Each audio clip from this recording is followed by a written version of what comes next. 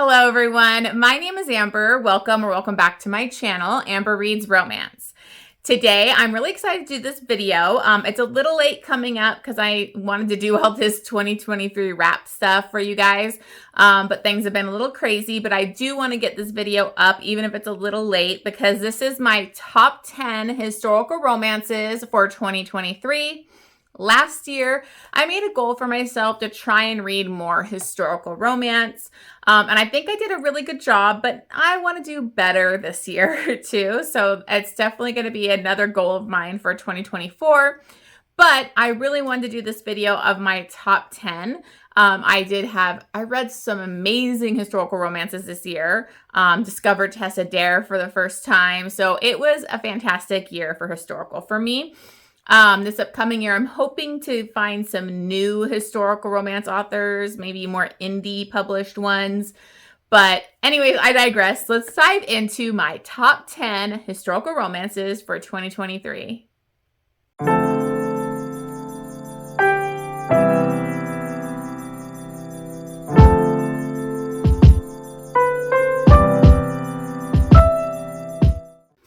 Okay, so first off, I did decide to rank these, and we're going to go from 10 to my favorite book. It was really hard to rank because I did, again, read some amazing ones, especially when we get up to the top, 5. It was really hard, but I tried. I did my best. So we're going to start off with book number 10, and that is An Offer from a Gentleman by Julia Quinn. This is the third book in the Bridgerton series, and I have not read the entire series yet.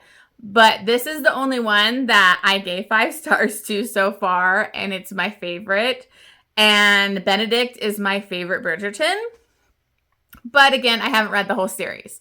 So this is like a Cinderella retelling. I really loved this one. Sophie is, let me make sure. Yeah, it's Sophie. Sophie basically is like the bastard child, and when her father dies, she's kind of stuck with this stepmother that's pretty evil, and her step siblings aren't totally evil. There's one nice one that tries to kind of help, but she can't really stand up to her mother, but she is living in this horrible kind of situation, and basically like the house kind of helps her go to this masquerade ball one night.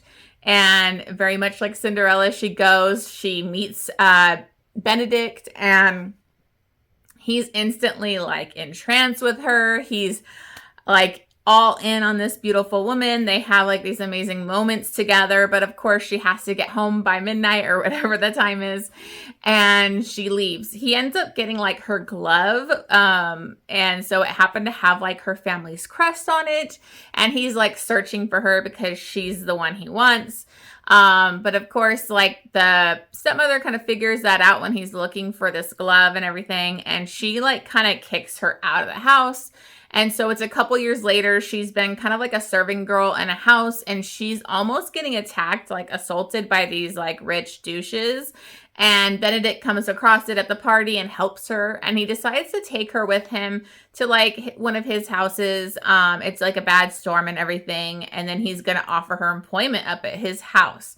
And he ends up getting really sick, so there's some caretaking. She has to take care of him there, and like it's just she knows who he is, but he doesn't know it's her. And so it's that whole kind of hidden identity, and he's been constantly thinking of that girl, but then he starts to fall for this, I think she becomes like the lady in waiting or whatever it is, like helps his sisters.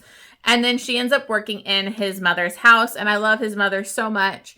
And so he's kind of falling for this girl, but then also thinking about who this other girl was. So when he finds out who she is, he handles it in a good way. And I don't know, just this book was so sweet. I loved Benedict. He was so swoon worthy. He was all in on our heroine, and then the mother Bridgerton was amazing in this book. So I absolutely loved it. Okay, so number 9, I have Between the Devil and Desire by Lorraine Heath. Let me double check my notes real quick. This, I think, is the second book in the Scoundrels of St. James. I did have a great time reading that series for like the romance readathon that was going on. I think it was in August. And this is when I read a lot of historical because you could get more points for reading historical. But this was like my favorite in that series. Like I loved it so much. This is between Jack Dodger and Olivia. And Olivia is actually a widow. And she like didn't have a love marriage or anything, but she married a much like an older man, and he ends up passing away. But all of a sudden, in the will, Jack Dodger's there, and he is actually kind of grown up on the streets. He's a self-made man. He runs like, you know, a gambling den kind of thing, and he's part of that, you know, Scoundrels of St. James crew. And he's very intelligent, very smart, but very, you know, he was like, had to make something of himself. So he's kind of confused, like, why am I here? And then we have Olivia. She's like, why is this like random guy here? And it turns out that he's going to be the one in charge of her children and their future and all of that, unless like she gets married. So she's pretty upset because now he's like moved into the house and he's in charge of her, you know, child, and she doesn't really get that. And so there's a lot of frustration, but there's this great forced proximity, and he's very attracted to her, and it's just such a swoon-worthy.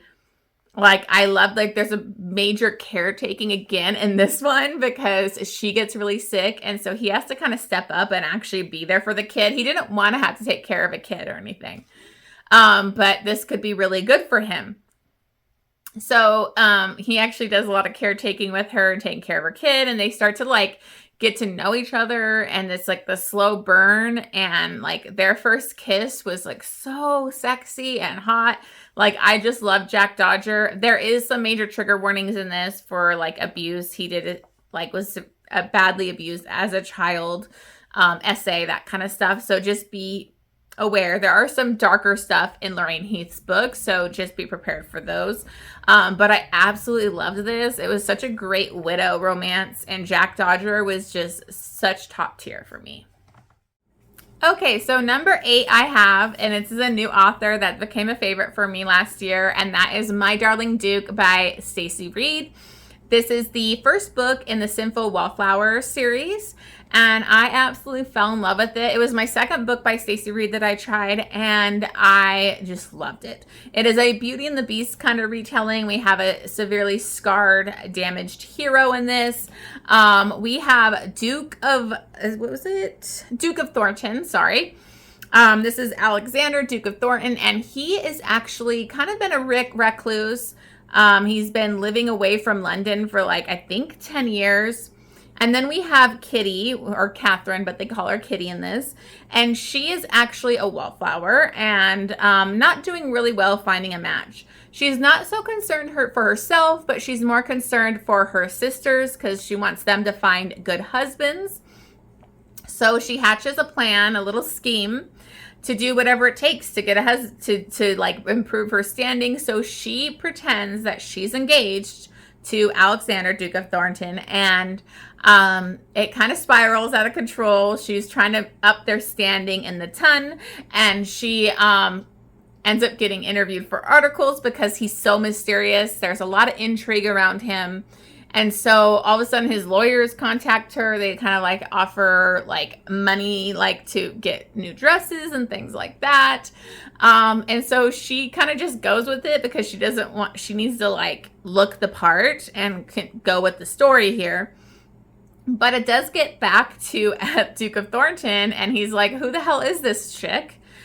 So he returns to London even after he's been gone for 10 years. And he was actually in a duel, I believe, if I'm remembering correctly, that, you know, he left that really, he had a disability. They said he can never walk again. He was scarred.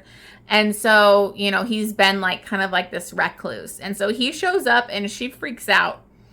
And he's just intrigued to know, who is this chick? Who is doing this? And so he basically tells her, I'll cover for you. I won't tell everybody this is a lie, but you need to come with me to Scotland and stay with me unchaperoned.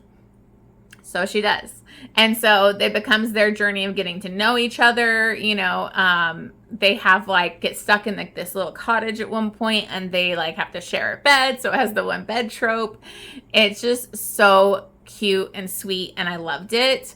I love a good scarred, you know, damaged hero, and this was perfection. Okay, so another hyped one that everybody loves. This was number 7 for me, and this is Dreaming of You by Lisa Kleypas. I've talked about this in multiple videos. I think I recommended this a lot. If you haven't read it, I recommend it. If you have, you know Derek Craven. So this is a romance, one of the most, I think, like well-known heroes that's been written in historical romance, and that's Derek Craven. He is a self-made man. He was basically abandoned by his mother. I think she left him in like a sewage pipe or something. It's very like widely known, and he's made himself this this club owner of like a gambling den. And so he's very well established. He's rich, self-made man, but he's a pretty angry, untrustworthy guy. And he happens to actually get saved by our heroine, which was really fun. She had a gun with her, and she is actually an author, which was really cool to see in historical romance. She's an author, and she actually writes about women on the streets, prostitutes, and she goes out there to kind of see how they really live, interview the women. And so she happens to see him getting attacked by these guys and shoots at them and saves him. And so in return, for saving him, she just basically asks, like, I want access to your gambling den. That way I can interview people and see what the life is really like. And so he doesn't want her to have access to him or his life, but he has to say yes. And so this starts this relationship with them. And I just loved it so much. He is like the grumpiest of grumps, like broody, angry hero. And he just falls so hard for Sarah. And I just loved it. Okay, number 6 is another Stacy Reid. This was my first Stacy Reid book, and I absolutely love this book. This is A Matter of Temptation. This is a standalone, I believe, or maybe there's another part of the series. I can't remember. Sorry, guys. But this you can definitely read as a standalone, and it was the first book that I read by her. And it has such another cool setup because in this you have Simon, the Earl of Creswick. And he is a really interesting hero because he kind of almost... Sorry, my cats are chasing each other. He almost kind of came off as like maybe neurodivergent. He's very analytical, thinks with his head. He's not really interested in women or romance or anything. He doesn't care about that. And you have our heroine, Mina, and she actually, the beginning of this book, her brother kind of, I think, accused the Earl of Creswick of cheating or something like that. And so they're going to have a duel. And so Mina knows her brother will lose, and they're in really bad financial straits with everything going on with them. And so they're not in a good place. And so she basically kind of goes in his stead and dresses like a guy. And she's basically kind of kicking his ass, doing really well in this duel. But I mean, he basically kind of figures out that it's a woman, and he's just intrigued by her. And so he offers her a job kind of like as his assistant. And, she comes to work for him. Eventually, he's like, it's taking too much time for you to ride in the carriage here every day. You should just live with me. So she eventually moves in with him and is staying there and working with him. And what I loved about this was he wasn't even thinking about her like that at all. But he's so intrigued by her mind and really looks at her as a person and becomes attracted to her for her brain and her personality. And then he's attracted to her. There's a scene where they get attacked on a carriage, and it is so hot, the way he saves her, and is just it was sexy. So I really loved this. Mina has some secrets that she's been holding back, and the way that Simon handles those was just beautiful, beautifully handled, and I just loved it. I never read historical romance like this, so it's one of my favorites. Okay, guys, so let's get to the top 5. This 5th book is one of my favorites this year, so it's just hard knowing where to put it, but there's some other great contenders here. So this was hard because this was such a favorite for me this year, and that is A Week to Be Wicked by Tessa Dare. This is such a perfect historical romance. I love a reformed rake. That is who Colin is in this. Colin was introduced in the first book. This is the second book in the Spindle Cove series, and he is a rake. He's a playboy. He does not want to be at this little small beachfront town, the Spindle Cove, and he's suffering there. He wants to be back in the city, living his best life. And Minerva's there. She's basically kind of like a stouty, like, scientist, very smart woman, and she has kind of looking into geological things or archaeological things too. She ends up finding a discovery at Spindle Cove, and she wants to produce it for this like competition, but it's in Scotland. So she needs help getting there because her mom is not going to be okay with it. So she approaches Colin to escort her to Scotland and basically do kind of a fake elopement, like they're on the running to Scotland to get married as cover for her to go to this competition and put up her work. And so he like wasn't all about it at first, but he's like, sure, why not? So they go on this crazy like road trip. Shenanigans happen, so much craziness. Colin is hilarious. They would have all these issues on the road traveling, and they would end up having like, he would make up stories about who they were, like make up fake identities, and he was just so funny. I loved him so much.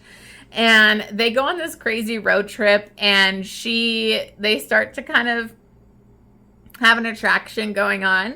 And I loved it because Minerva looked at it as kind of like a sexual, like almost like a scientific experiment. And she wanted to learn everything about the man's body, and it was just adorable, you guys. I don't know. I loved Colin so much. Like, he made this book for me. I love him. This was such a great read. I would love to reread it this year because I had such a great time with this one. So number 4 is another new author that I found this year that I love. And a big thank you goes to Rachel Reads and Sings because I finally read Joanna Shupe. And number 4 is The Lady Gets Lucky. This one was hard too because this is a top contender. I absolutely love this book. Like, look at that cover. It's so beautiful. So this is, let me see which number this one was. This is the second book in the Fifth Avenue Rebels series. I did not like the first book, but the rest of the series was all amazing. Like, they were just fantastic. This one just really stood out to me. This is between Kit and Alice. And Alice is another wallflower. You can tell I love my little wallflowers. She's socially awkward, kind of wallflower. They're at this big, like, summer little party where they're staying at the house, which I always love those in historicals. And she has noticed Kit and how outgoing and suave and charismatic he is. And she has a really hard time talking to men and getting their attention and knowing how to act. And so she's a brave little shit. She literally approaches his room at night and kind of makes an offer. She says, you know, she wants lessons and how to talk to men, which just ends up being like a lessons in seduction. And he's like, no, I've been told I can't talk to any of, you know, his main friends, all her friends that are supposed to be there to kind of find a match. And but then he finds out that she knows the chef at this, you know, hotel that she stays at. She's really close with him, and he is trying to do like this kind of like cool supper, like bar kind of thing, and he needs a good chef. And so she says, I know the recipes. I got his okay. I can show you how to do these recipes. But you need to give me a lesson. So it's a kind of tit for tat. And so they start this amazing kind of lessons in seduction. And he is like really turned on by her, very intrigued by her. And it actually continues on a little bit once they go back to their normal lives. And I just loved Kit. He was so swoon worthy and like treated her so good and was just... and Alice was just so strong, but like kind of with an abusive mother, and it just, I don't know. It was such a perfect lessons in seduction book. Like, Kit is definitely a top book boyfriend. He is amazing. And people always view him as like just the rake or the suave guy. And there's just so much more to him. So I absolutely love this. Okay, so this is where it gets kind of hard with my top 3. This one, I honestly kind of want to reread this year because I think it might be one of my favorite historical romances I've ever read. And for some reason, I think I only gave it 5 stars when it probably should have been a 6-star book. So I think I might reread it this year. But that is Any Duchess Will Do by Tessa Dare. This is like My Fair Lady. It's, I don't know, it's everything you want in a historical romance. I loved this book so much. This is, let me see here which book this is. This is the 4th book in the Spindle Cove series. So again, Tessa Dare killing it. And it's between Griff and Pauline. And Griff is, you met him in the previous book, and he was kind of a cad. He had like these sexual crazy parties at his house that they showed up, like Minerva and Colin show up at that place because they need a place to stay. And they're kind of, like, Minerva's very scandalized by him. But he has had some trauma. You know, I don't want to say because it gives things away, but he has had some trauma in his life that made him kind of just give up, and he doesn't really care. And he was just living the party lifestyle.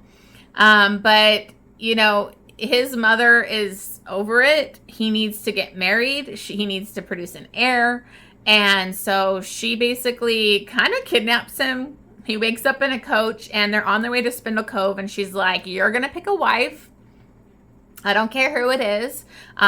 You're going to pick a wife. I can make a duchess out of anybody. You're picking a wife. So he's pissed. He goes to this place.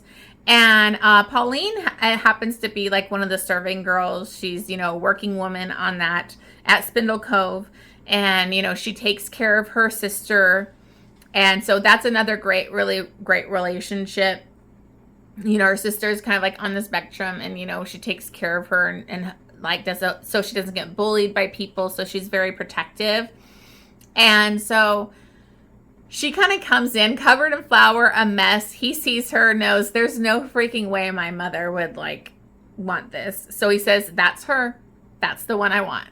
And the mother's like, okay, like I can do it. So basically, like, he kind of separately goes to her, makes a deal because she's like, I can't leave my sister. And he's like, just give me a week, you know, give me a week. We'll get out of this in a way, and we'll pay you this amount of money, and it'll really help her family.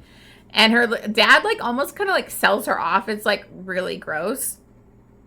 But she ends up going to the city with them, and the mother is trying to train her how to be the perfect duchess. And he's trying to make it so, like, and she's trying to fail at things so that the mother will give up and send her back. But the mother is not doing that. I loved her relationship with the mother in this. And, you know, Griff is just falling for her too. And it's just such a wonderful, like, different classes, you know, like, it's just perfect. I fell in love with Griff in this book. Like, at first when I realized it was gonna be him, I was like, oh, that's the guy that was like having the sex party at his house. But it was so amazing. Like, I just love this couple. And Pauline is like such a feisty, strong heroine. So this just gives you everything. And I think it's, like, honestly one of the best historical romances because it just gives you all those feels, but it's also like funny and witty and just perfect Tessa Dare. Okay, so number 2, this was my 6-star read, one of my 6-star reads for historicals. And again, this is Joanna Shupe, and that is The Duke Gets Even. Sorry if my reline's hitting that because it's shiny. This is between Duke Lockwood and Nellie, and we've been building up to this romance throughout the, the Fifth Avenue Rebels series. The poor Duke has been trying to find himself an American heiress because he definitely needs it. He needs the money and the help for when, you know, he takes her home and marries her. And it didn't work out very good in the first book because he was set to marry the heroine from that, but obviously she was not meant to be with him, and he's kind of tried a couple other situations or girls to try and find a match. At that first party that everybody was at for that summer party, he has a run-in with Nellie. She goes for like a rendezvous with a man, and she's swimming like naked out in like the lake, or I think it was the lake or the ocean. I'm sorry, I can't remember. And he's also kind of out there swimming, and she kind of mistakes it for him, but then they start like making out and just really have this insane connection. And so he kind of invites her back with him, but she couldn't because she's at this party. But then the next day she realizes this is the Duke that's actually engaged to her friend, like one of her best friends. So not a great start.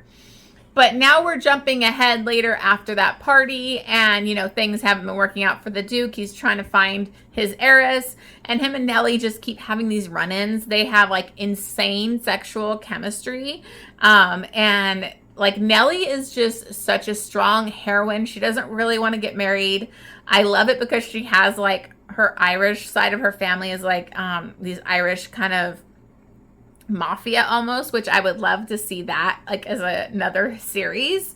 But like the Duke is so buttoned up and serious and severe, but really once they get sexual and kind of have this like benefit situation going on, like he gets dirty, he's fun, he's a dirty talker, and the sex in this was so hot for historical.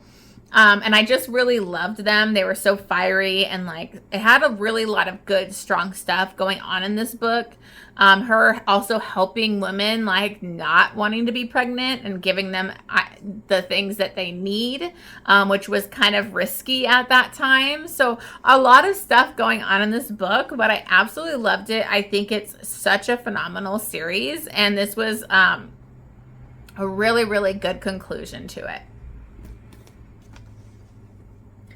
So my top book is kind of not your typical historical romance. It is definitely historical, but it's dark historical.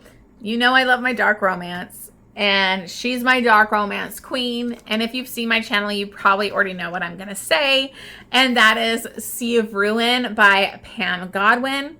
This is a historical, dark historical pirate romance, and we have a female pirate, Bennett, and she is a freaking badass. She's one of the most strong, badass heroines I've ever read in a book, and I love her. But the reason I had to give this the top is that it's such a different vibe for a historical setting. We have kind of like an MMF situation going on. I didn't want to give that away, but I'm just putting it out there. And we have like such dark, crazy stuff that will put you through a lot, puts Bennett through a lot. And there's a lot of trauma that she goes through. And it's on page, so just make sure you check your triggers when reading this book. But I am telling you, it's so emotional. I bawled my eyes out within the first like 30 minutes of reading this book. We start out with her as a young child. Her father was a pirate. He was always away. Her mom was basically alone. She kind of had to leave London because she fell in love with this pirate and had a child. And so they just kind of like sent her to America. And so she just kind of gets to see her father randomly. So the stuff that happens to her as a child at the beginning of this book was so devastating. I was already, and Pam Godwin has this ability where she's such an emotional writer, and it's very beautiful and poetic, and she just drew me in where like I was already emotionally attached to Bennett as a child within the first couple chapters here. And I was crying, like bawling my eyes out. It was so emotional. And she got me right there, right at the hook, hooked you in right at the beginning and sucked you in and made you care for this character. And Bennett grows up to basically be a pirate. She's has her own crew. She's a badass. She was married to Priest. I mean, they are still married. She fell in love with him. He's another pirate. But she found like a love letter with him and somebody else. And so she basically abandoned him, like left him. He's been chasing her for 2 years because she knows he like loves somebody else. And she was not okay with that. So in this book, we finally have Priest catching up to her, getting on her ship, you know, like trying to get her to forgive him. And then all of a sudden we have a pirate hunter show up, and that is Ashley Cutler.